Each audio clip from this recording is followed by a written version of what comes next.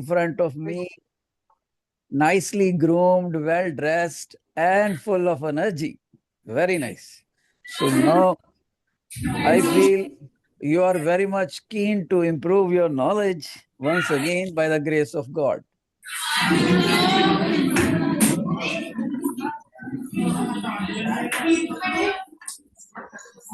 So, bache, you must be having this assignment on keeping time with the skies. Daffodil students, please settle down as quickly as possible.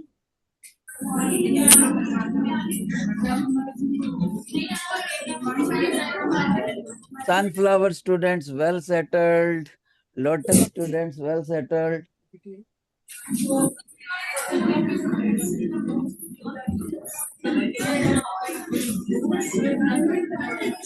I am waiting for daffodil students to settle down.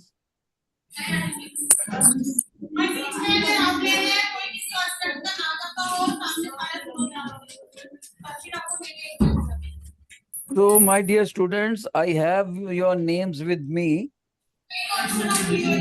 While discussion of the assignment, the worksheet, I will call a few names which are supposed to come on the mic whenever their names are asked. Okay? They will try their best to answer the questions. Otherwise, I will answer. Okay. Now, let's start without any delay.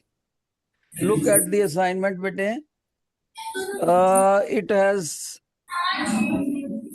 has 3 sections: reasoning subjective questions, assertion reason based question, and MCQs, multiple choice questions. So first of all, we will go for reasoning subjective questions. Look at the first question. Let me read it for my students. Everybody please be attentive. Why does moon have a very has लिखना चाहिए have why does moon have a very thin atmosphere? ठीक है बच्चे, हमारा जो moon है, जो चांद है, उसका एटमोस्फियर अर्थ के मुकाबले इतना थिन क्यों है? यानी मून के एटमॉस्फेयर में कोई कोई पार्टिकल मिलता है गैसेस का, और जबकि अर्थ का एटमॉस्फेयर काफी डेंस है, ऐसा क्यों? शाबाश. Is there any student in the sunflower who can answer this question efficiently? Moon के एटमॉस्फेयर में अर्थ के एटमॉस्फेयर के मुकाबले डेंसिटी इतनी कम क्यों है? चलो कोई बात नहीं, पहला क्वेश्चन मैं आंसर देता हूं और बाकी क्वेश्चंस में आप रेडी रहना बेटे. Let me show you the picture first of all. Look here बेटे, look at the photograph. This is, I have shown you the moon surface.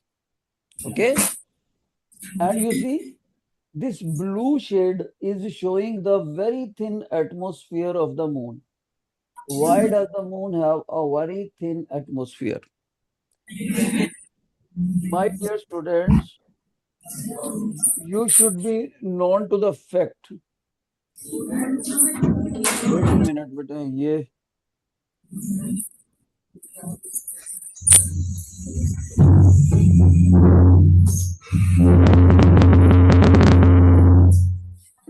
wait a minute.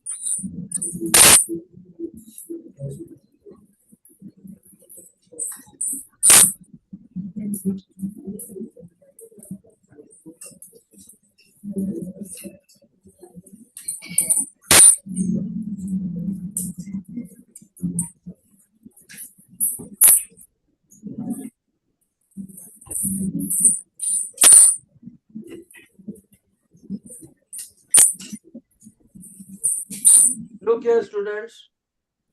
Have you seen the bluish line? The blue line with the white shade above the moon surface. This surface, this layer of the moon represents the atmosphere of the moon. Okay, bete? And you all should be known that the density of this atmosphere is very less in comparison to the atmosphere of Earth. Now the question is, why is it is so? The answer is hidden in the value of gravity of the moon. Let me tell my dear students, the moon gravity is 1.63 meter per second square. This is the acceleration due to gravity at the surface of the moon. Whereas acceleration due to gravity on the surface of Earth is 6 times more than this. 6 times more. That is 9.8 meter per second square.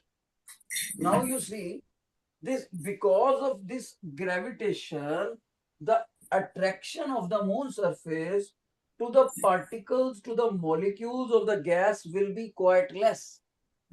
As a result, you can say that moon can hold a very less amount of the gas near its surface.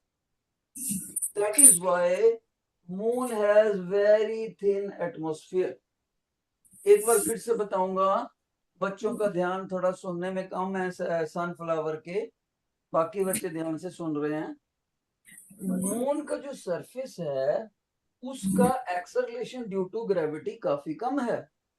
उसी की वजह से gases के molecules moon के surface के ऊपर attracted रहते हैं। Okay, this is the acceleration 1.63 because of which the particles of the gases move toward the surface of the moon. और ये ग्रेविटी जो कुदरत ने मून की डिसाइड कर रखी है, ये बहुत कम डिसाइड करी, इसलिए मून का सरफेस गैसेस के बहुत कम मॉलिक्यूल्स को अपने सरफेस पे बाउंड करके रख सकेगा due to attractive pull, weak attractive pull. जबकि अर्थ का देखो, अर्थ का ग्रेविटी मून से 6 टाइम्स लार्जर है। The gravity of the earth is 6 times larger than gravity of the moon. तो इसलिए अर्थ का एटमॉस्फेयर तो बहुत हैवी होएगा in comparison to the moon.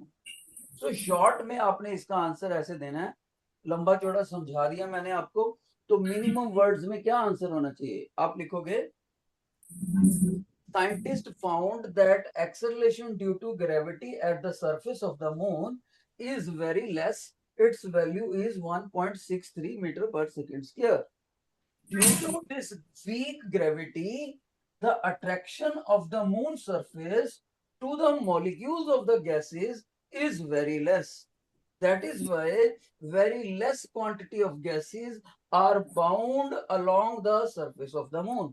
Hence, we can conclude that moon has very thin atmosphere. कितने बच्चों को ये समझ आ गया? Raise your hand. Raise your hand बेटे जिनको ये समझ आ गया. Please raise your hand. शाबाश। तो इसका मतलब है कि बच्चे सेटल डाउन नहीं हुए, मेरे को बुलाने पड़ेंगे माइक पर। ऐसे तो तुम जब सुन भी नहीं रहे और आ भी नहीं रहे तो आई हैव टू कॉल। तो आपको पता, फिर मैंने एक एक बच्चे को बुलाना शुरू कर देना, then you will be in trap. ध्यान से सुन लो फिर से, I am repeating 3rd times, और मेरे को रेस्पॉन्ड चाहिए बाद में।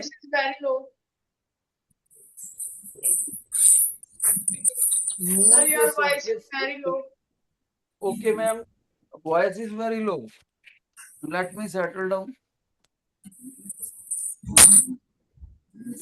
अब देखो तो मैम, अब ओके है क्या? Is it okay बच्चे? So what we observe, listen once again. हो सकता है तभी आपका हाथ ना खड़ा हो बच्चे।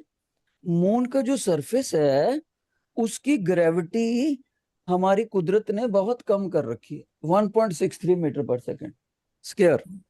और यही वो ग्रेविटी होती है जिसकी वजह से गैसेस के मॉलिक्यूल मून के सरफेस पर अट्रैक्शन फील करते हैं। अट्रैक्शन मीन्स आकर्षण, खिंचाव, जुड़ाव। क्योंकि ये वैल्यू ही बहुत कम है इसलिए बहुत कम गैस के मॉलिक्यूल्स इस पे आ पाएंगे। मैं सनफ्लावर के मैम को रिक्वेस्ट करूंगा कि बच्चे बहुत ज्यादा बातें कर रहे हैं मैम। वो देखो रेड टी शर्ट वाला बच्चा, वो कॉपी कोई इधर फेंक रहा है कोई उधर। वो खिड़की के पास बैठा है बच्चा ब्लू टी शर्ट वाले के साथ।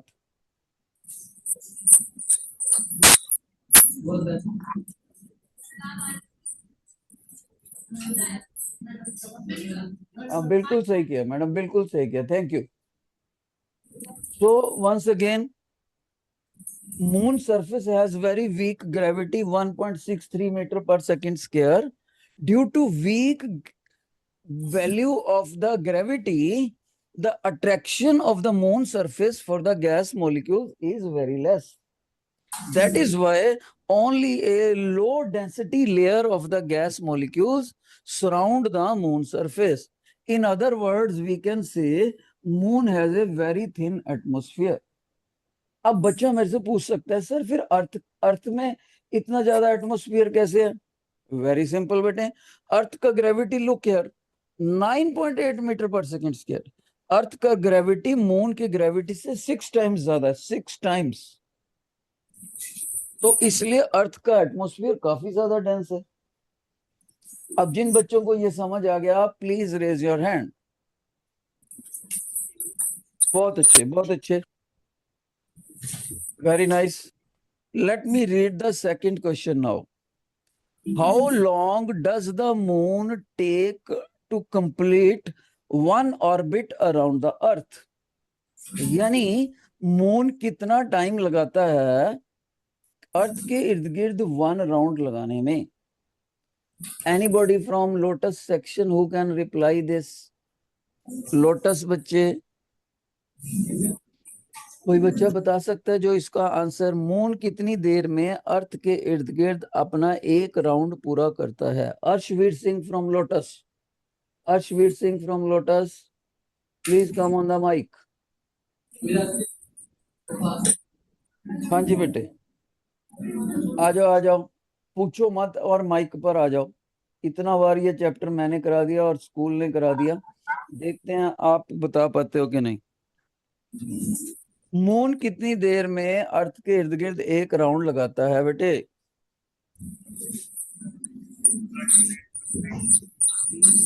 बताइए।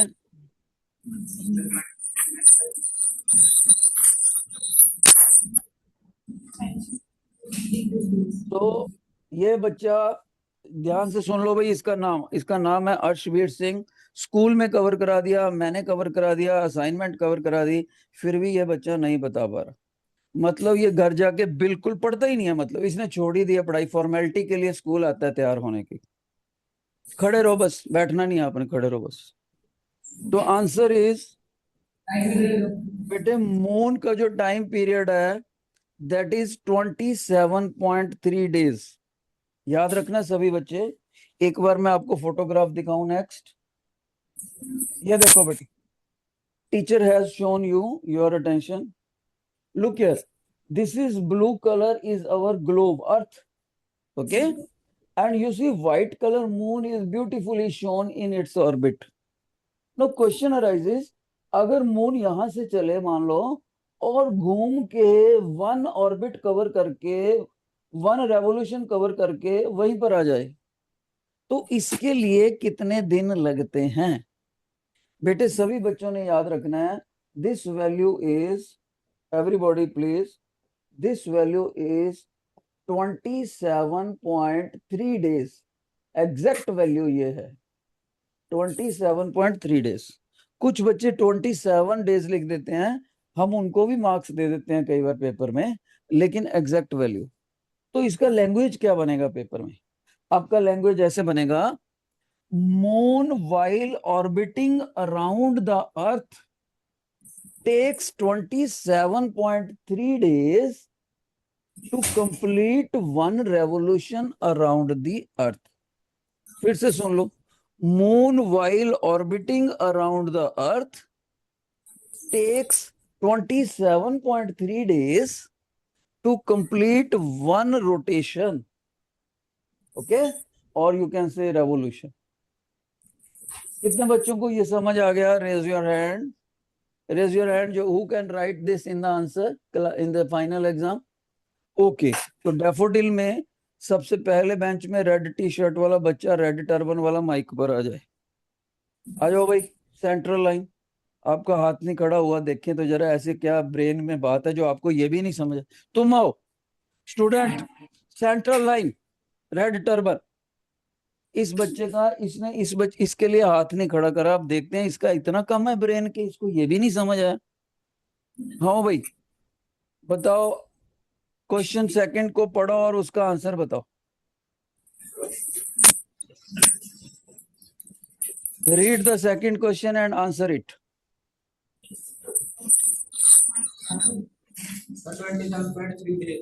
मैंने क्वेश्चन पढ़ने को बोला, फिर आंसर देने को बोला. आपने क्वेश्चन भी नहीं पढ़ा और आंसर भी बिल्कुल बेकार दिया. Read it again. Read the whole statement of question.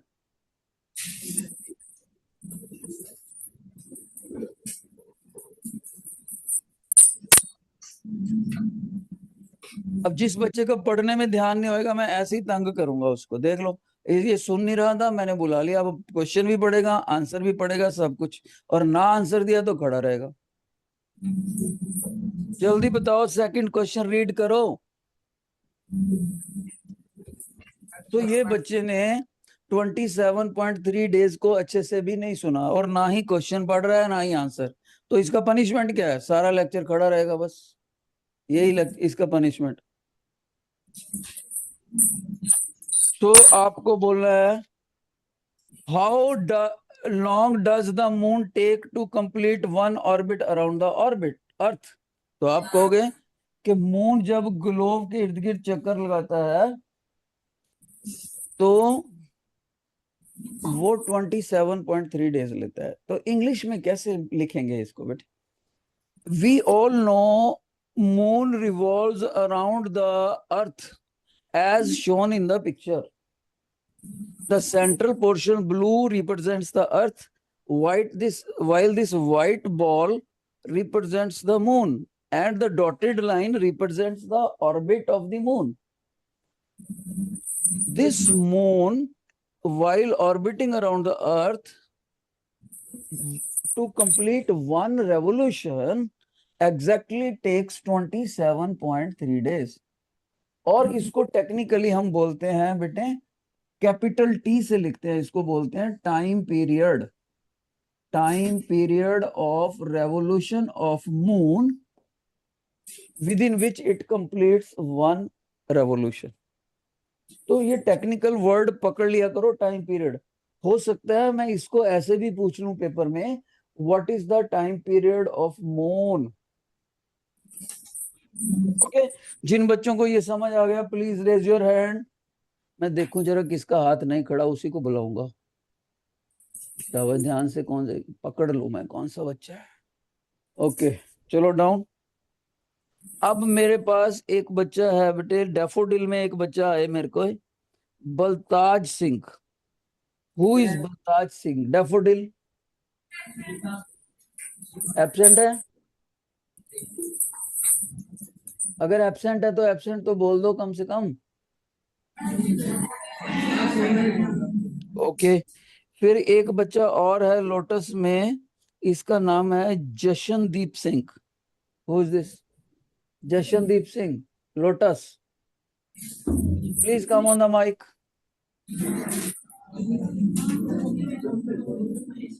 Jashandeep Singh, इतनी देर क्यों लग रही है कब के क्लास में से?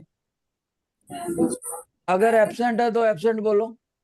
Okay, two Jashandeep. One, I am talking about 4408, roll number 11, 11 roll number. Absent. Okay जी, ओके, छोड़ो। ऐसा चाहिए था। मजा तो तब आता कि टीचर ने जशनदीप कहा और दोनों बच्चे पहुंच जाते। और डरपोक बच्चे, बिल्कुल डरपोक, कावर्ड, वो उसके सहारे बैठा रहा, वो उसके सहारे, दोनों ही जशनदीप कमजोर कह रही है बस आज अब टीचर ने। डरपोक है दोनों। एक और बच्चा है प्रबलीन कौर, इसी क्लास में, लोटस में। Prableen Kaur, please come on the mic. बेटे थर्ड क्वेश्चन की पढ़ो जरा, क्या है? What is the third question?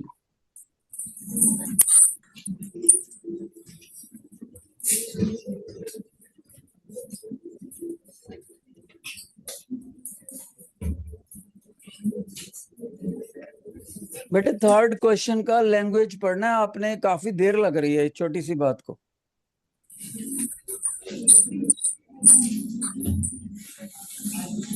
Surprising. बेटे आपको थर्ड ऐसे लिखते हैं, थर्ड देखो ऐसे ऐसे, कमाल ही हो गया। ये ऐसे लिखते हैं थर्ड बच्चे, ऐसे। थर्ड क्वेश्चन का लैंग्वेज पढ़ो आप।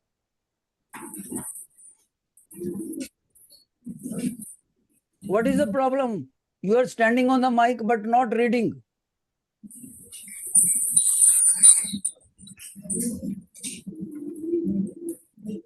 सर माइक तो ऑन है, बच्चा पढ़ ही नहीं रहा third question.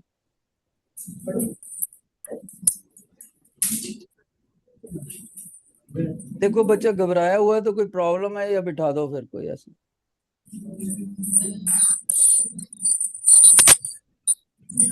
There must be some problem with the student. चलो कोई बात नहीं, मैं पढ़ता हूँ बेटे। क्वेश्चन है, explain the phases of the moon and how they occur with the help of sun's light. Question ये है कि मून के फेजेस क्या हैं और वो सन, सूरज की रोशनी से कैसे संबंधित हैं। Once again, explain the phases of the moon and how they occur with the help of sun's light. तो इसका आंसर देने से पहले मैं अपने बच्चों को एक बार फिर से अच्छी फोटोग्राफ दिखाना चाहता हूँ। Please look at the photograph. Look यार बेटे, शाबाश। देखो क्वेश्चन भी लिखा हुआ है ऊपर, और ये हमारा अर्थ है बेटे, और इधर सन लाइट आ रही है। लुक यार, येलो कलर दिखाया हमने सन का, और ये रेज ऑफ लाइट आ रही है बच्चे, रेज ऑफ लाइट आ रही हैं। गौर से देखो बेटे, योर अटेंशन। जब मून यहाँ पर है तो हम, हमारा अर्थ यहाँ पर है, तो जो पोर्शन मून का ग्लो कर रहा है सन की लाइट पड़ने पर, वो तो अर्थ के उस तरफ हो गया। तो हमें तो उसका ब्लैक पोर्शन ही दिखेगा ना, लाइट वाला तो दिखेगा नहीं। तो इसको हम बोलते हैं नो मून डे। फिर मून तो अर्थ के इर्द गिर्द रोटेट करता है। फिर वो जब यहाँ आएगा तो सनलाइट यहाँ पोर्शन टकराकर फिर अर्थ पे आएंगी, थोड़ा सा मून दिखने लगेगा। फिर जब यहाँ मून आ जाएगा तो यहाँ लाइट टकरा के फिर अर्थ पे जाएगी। हम यहाँ पर रहते हैं तो हमें थोड़ा और ज्यादा मून बेटर दिखेगा। इस तरह से जब मून इधर आ गया तो सनलाइट इधर आई है, इस पे टकराई, फुल ग्लो दिखा, और फिर अर्थ पर आया तो हमें मून बहुत अच्छी तरह से बिल्कुल सर्कल के रूप में दिखेगा, यानी कि फुल मून डे। फिर उसकी पोजीशनिंग चेंज होती रहेगी। तो जैसे जैसे मून अर्थ के इर्द गिर्द रोटेट करता है, वैसे वैसे मून का इल्यूमिनेटेड पोर्शन का, इल्यूमिनेटेड सेक्शन का पोर्शन हमें अलग अलग एरिया का दिखेगा। यानी अगर यहाँ पर मून आ गया तो बिल्कुल भी इल्यूमिनेटेड पोर्शन जो शाइन कर रहा है मून का पोर्शन, वो दिखेगा नहीं। और जब यहाँ पर आ गया तो मून का मैक्सिमम शाइनिंग एरिया हमें अर्थ से दिखेगा। तो full moon day, no moon day, और बाकी जो होते हैं डिफरेंट फेजेस होते हैं मून के, आपको पता है, वो मैंने आपको बताए थे, क्रेसेंट वगैरह। ये देखो, कभी ऐसा मून दिखता है फुल मून डे, कभी ऐसा ग्लोबस, कभी हाफ दिखता है, कभी क्रेसेंट दिखता है। ये भी क्रेसेंट है, ये हाफ मून है। तो this all depends upon the relative position of moon, earth and sun. यानी बच्चा ऐसे कह सकता है, अगर कम से कम शब्दों में आंसर देना हो, सर देखो सन से आप एक लाइन खींचो, मून से टकराओ और फिर अर्थ के सरफेस पर किसी एक पॉइंट पर लेकर आओ। किसी एक पॉइंट पर क्यों? क्योंकि जो इंसान इसको देखेगा वो ग्लोब के किसी पर्टिकुलर देश में ही तो रहता होगा, पर्टिकुलर सिटी में। यहाँ पर अगर आप कहोगे सर यहाँ आ गया तो आपका एंगल ऐसे बनेगा, अगर यहाँ पर मून आ गया तो सनलाइट ऐसे गई, फिर यहाँ से टकरा के ऐसे आएगा। सर अगर यहाँ आ गया तो यहाँ से टकरा के ऐसे आ गया। तो आप कहोगे सर सन, मून और अर्थ के बीच में जो एंगल है वो अलग अलग डेज में अलग अलग होता है, क्योंकि इस मून ने 27.3 डेज लगाने हैं ये कवर करने में। तो इसलिए उन 27.3 डेज में मून के अलग अलग पोर्शन, इल्यूमिनेटेड पोर्शन हमें विजिबल होते हैं बच्चे। इसलिए हमें कभी मून फुल मून डे दिखता है, ओके, कभी नो मून डे दिखता है, कभी क्रेसेंट फॉर्म में दिखता है, कभी ग्लोबस में दिखता है। तो इस तरह से हमें अलग अलग दिनों में अलग अलग मून्स दिखते हैं। अब इसको हम इंग्लिश में कैसे लिखेंगे? मिनिमम शब्दों में। Listen very attentively. आप बोलोगे from the particular city on the globe we can see only the illuminated portion of the moon. As light comes from the sun, the moon surface reflect it. Only because of reflection of sunlight, moon glows. Moon does not have its own light. But due to the rotation of the moon around the earth, the angle between sun, moon and earth keep on changing. As a result, the different sections of the illuminated portion are visible to us. That is why moon has different phases on different days, different nights.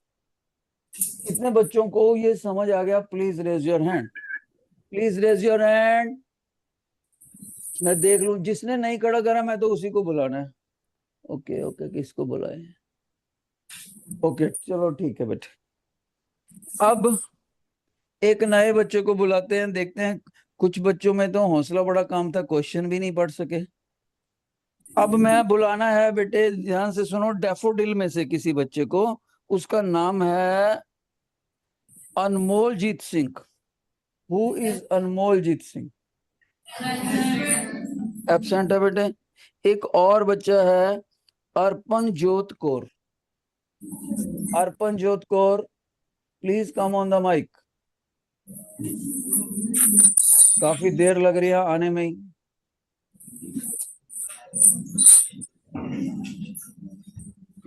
Young बच्चा जब lazy होता है तो बड़ा दुख होता है कई बार। क्वेश्चन नंबर 4 पढ़ो बच्चे। क्वेश्चन नंबर 4, ये तो वैसे हमने बता दिया आपको। ये बच्चा कह रहा है what causes the phases of the moon. ये हमने आपको बता ही दिया, ओके। और इससे अगला क्वेश्चन पढ़ो बेटे, नेक्स्ट।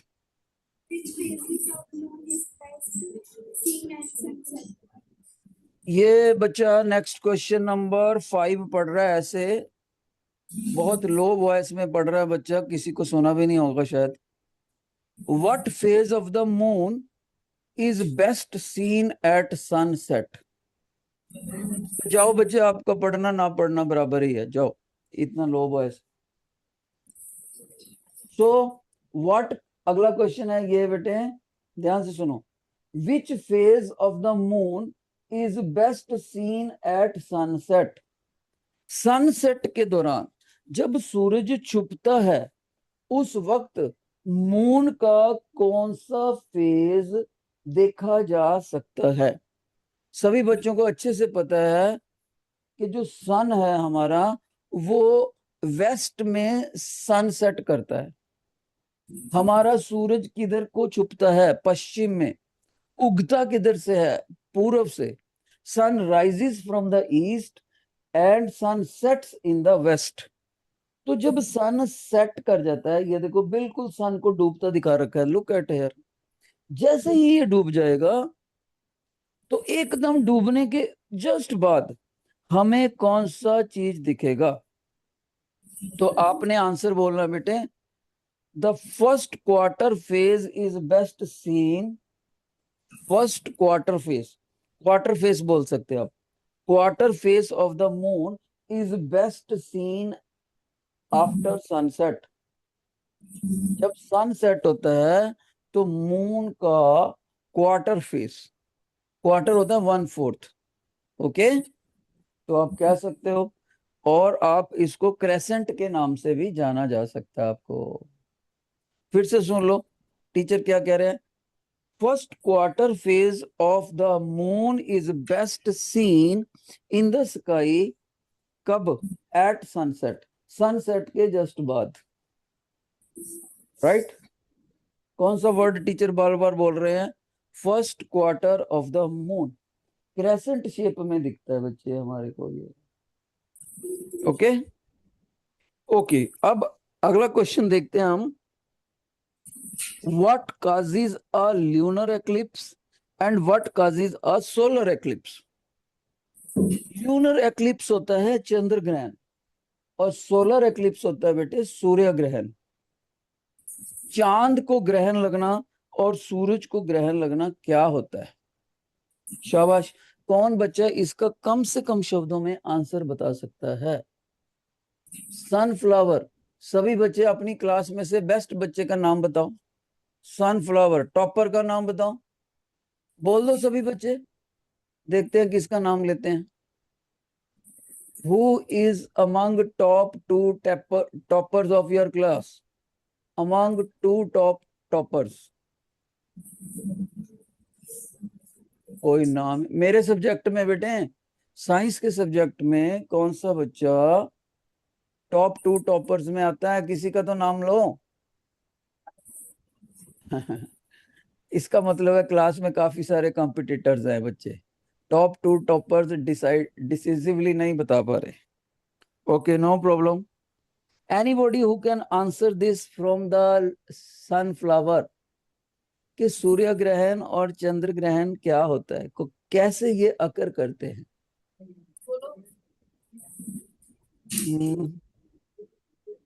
लोटस में, लोटस में एक बच्चा आया वही सनफ्लावर में, वेरी डेयरिंग। एक बच्चा, शाबाश बेटे, अपना नाम बताना जरूर। सर हरनूर। हरनूर एक बच्चा आया, कॉन्फिडेंट लगता है, आवाज से ही पता लगता है, और मेरे को लग भी रहा है कि सही आंसर देगी। चलो बच्चे बताओ answer. Sir, a lunar eclipse occurs when the Earth's shadow falls on the moon during full moon. शाबाश शाबाश, बैठो बैठो बैठो, बहुत अच्छे बताया बेटे। अब मैं आपको बताऊं कि हरनूर ने हमें क्या सिखाया। देखो बेटे, ये ना, जानते हो आपको, जब सोलर और ल्यूनर एक्लिप्स टीचर पूछ लेता है तो बच्चों का लैक ऑफ कॉन्फिडेंस हो जाता है। उनको लगता है कि हम मून और अर्थ की पोजीशन गलत ना बोल दें, इसलिए बच्चे नहीं उठते। आज मैं आपको मेमोरी टूल देता हूं, उसके बाद आप कभी नहीं भूलोगे। सभी बच्चे ध्यान से सुन लेना। मून, अर्थ और सन की पोजीशंस का मेमोरी टूल बताने लगे हैं टीचर। योर अटेंशन, गौर से देखो बेटे। हमारे पास, मैं एक वर्ड लिखने लगा हूं, सोलर, SOLAR। यानी टीचर सोलर एक्लिप्स पे बात करने लगे हैं। ध्यान से सुनना। अब सबसे पहला अल्फाबेट क्या है? सर सन, एस है, तो आप एस से सन याद कर लो। ओके सर, एस से सन याद कर लिया। और सबसे लास्ट अल्फाबेट क्या है? सर वो ना आर है, और उसके साथ ए भी लगा हुआ है, देखो। तो टीचर कह रहे हैं बेटे, इस इन दोनों ए आर को अर्थ के स्पेलिंग्स में ले आओ। अर्थ के स्पेलिंग्स में, EARTH। सर समझ आ गया। तो इस किनारे पर अर्थ, इस किनारे पर सन, और बीच में क्या लगा दो बेटे, मून लगा दो, मून। अब इसको, क्योंकि वर्ड कौन सा लिखा हुआ है, सोलर, तो ये क्या बन गया, सोलर एक्लिप्स बन गया। तो याद रखना हमेशा, during solar eclipse the moon comes in between sun and earth and all the three astronomical bodies come in the same straight line. फिर से सुनो, सोलर एक्लिप्स में हमारा मून सन और अर्थ के बीच में आ जाएगा। ओके, तो इसका मेमोरी टूल क्या है, टीचर ने बोला सोलर के ए आर को अर्थ के स्पेलिंग में ले आओ और एस को सन मान लो, तो नेचुरली दो पोजीशंस फिक्स होगी सन और अर्थ की, दोनों किनारों पर। सर किनारों पर कैसे, देखो एस भी एक किनारे पर लिखा हुआ है और ए आर भी एक किनारे पर लिखा हुआ है, तो बीच में किसकी पोजीशन बच गई, मून की बच गई। तो सभी बच्चे याद रखेंगे, in case of solar eclipse the moon comes between sun and earth such that shadow of the moon falls on the earth surface। तो जो सन से लाइट आ रही है, बीच में अगर मून अटक लगाएगा तो उसका शेडो अर्थ के ऊपर आएगा। This is called solar eclipse. तो जब मून बीच में आ गया, सन से लाइट आ रही थी, मून बीच में अटक लगा रहा है और हम अर्थ पे खड़े हैं, तो सन का साइज तो लेकिन बड़ा है, तो सन की साइडों पे तो पोर्शन हमें दिखेगा और बीच बीच में से काला दिखेगा। काला क्यों दिखता है, क्योंकि सेंटर वाले पोर्शन में मून ने सन की लाइट को धरती पर आने से रोक दिया।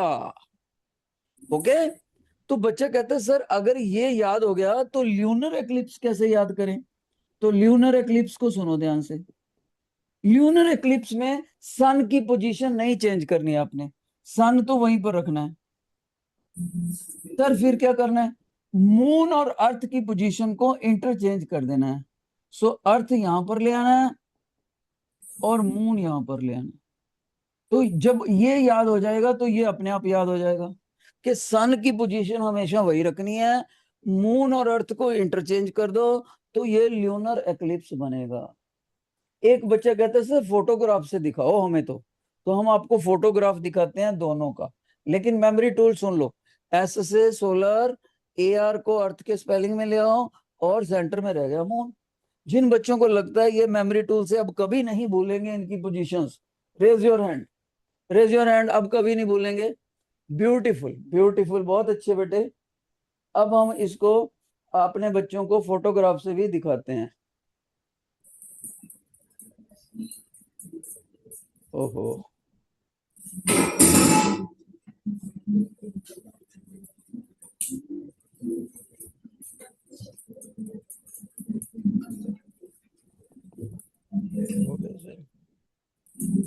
एक मिनट बेटे,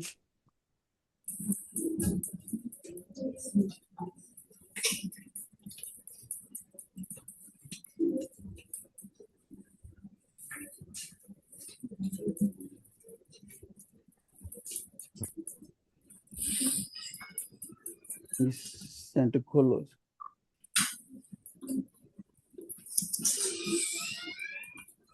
पिक्चर्स,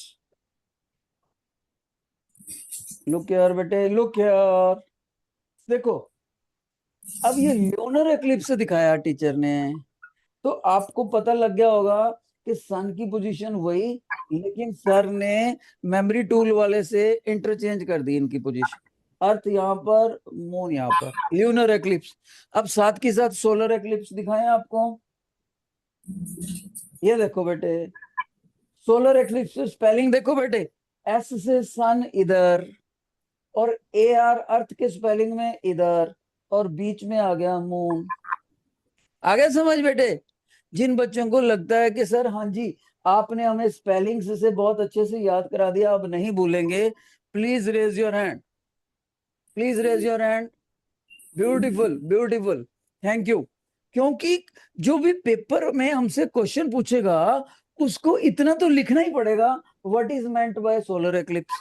जैसे ही उसने सोलर वर्ड लिख दिया हमें याद हो गया, एस से सन इधर और अर्थ के स्पेलिंग में ए आर आता है तो वो इधर, और बीच में आ गया मून। तो जैसे ही मून बीच में आता है, सन से आ रही लाइट का कुछ पोर्शन सेंटर से कट जाता है और मून का शेडो अर्थ के ऊपर पड़ता है। तो जो यहाँ पर बंदा रहता होगा धरती पे ऊपर, उसको इसकी सन की बाउंड्री तो दिखेगी, ग्लोइंग सन दिखेगा, लेकिन सेंटर में से काला दिखेगा। क्यों? क्योंकि वहां शेडो आ रही है। This is called what. एक और क्वेश्चन देखते हैं, शाबाश।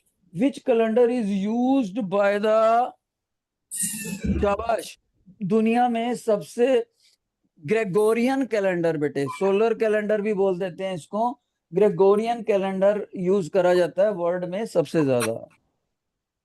और देखो, why do we have leap years in the Gregorian calendar? क्यों?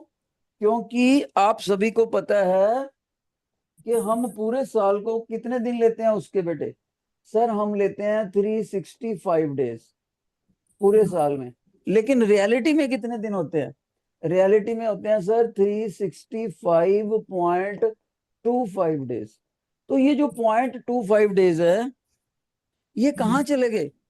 ये हम छोड़ देते हैं, एक साल का छोड़ दिया, उससे अगले साल का छोड़ दिया, उससे अगले साल का छोड़ दिया, और जब फोर्थ ईयर आता है उसका भी 0.25 आ जाएगा। तो 0.25 को अगर 4 से मल्टीप्लाई करें, 0.25 को 4 से मल्टीप्लाई करें, तो ये पूरा एक्स्ट्रा दिन बन जाता है 1 डे। इसलिए एवरी फोर्थ ईयर हम लीप ईयर में 366 डेज रखते हैं, और इसीलिए उसके फेब्रवरी मंथ में 28 की बजाय 29 डेज कर देते हैं। ओके बेटे, ये था हमारा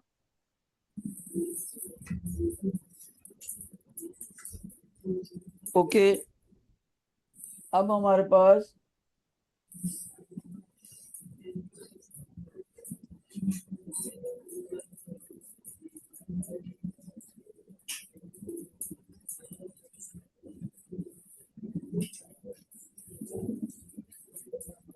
अब नेक्स्ट फोटोग्राफ देखो। What are satellites?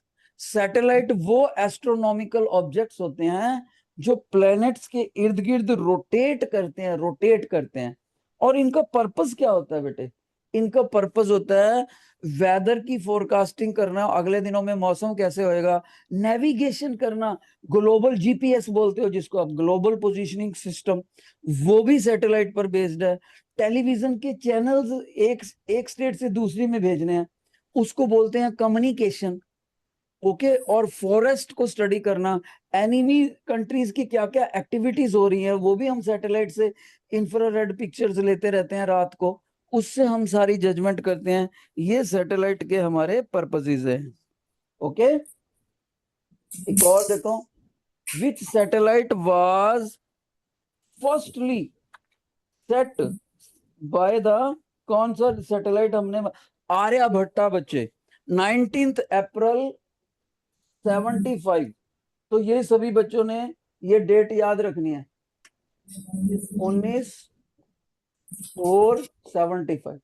इसमें हमने आर्यभट्टा नाम का सैटेलाइट छोड़ा था, जो कि हमारे कंट्री के बहुत अच्छे एस्ट्रोनॉमर और मैथमेटिशियंस थे। आर्यभट्टा बहुत पुराने हमारे ये मैथमेटिशियन एंड एस्ट्रोनॉमर थे। उनको रेस्पेक्ट देने के लिए आर्यभट्टा नाम का फर्स्ट सैटेलाइट हमने छोड़ा था बच्चे। ओके। अब देखो,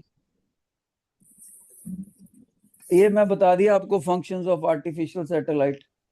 ये देखो, वेदर फोरकास्टिंग है ना, वाइल्ड फायर, कहाँ जंगलों में आग लगी है, और कोई नेचुरल कैलेमिटी आ रही है, बाढ़ वगैरह आ रही है, साइक्लोन आ रहा है, फ्लड्स आ रहे हैं, इसके लिए हम सारा पहले ही रेस्क्यू ऑपरेशंस कर लें।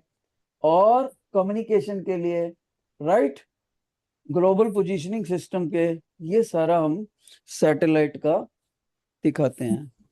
तो इस तरह से हमने रीजनिंग क्वेश्चंस पूरे कर लिए हैं बेटे, और असर्शन रीजन को आप करके आओगे, और एमसीक्यू भी आप करोगे। फिर देखते हैं हम नेक्स्ट टाइम। Thank you. अभी आपका मैथ का लेक्चर शुरू करते हैं कंटिन्यूटी में।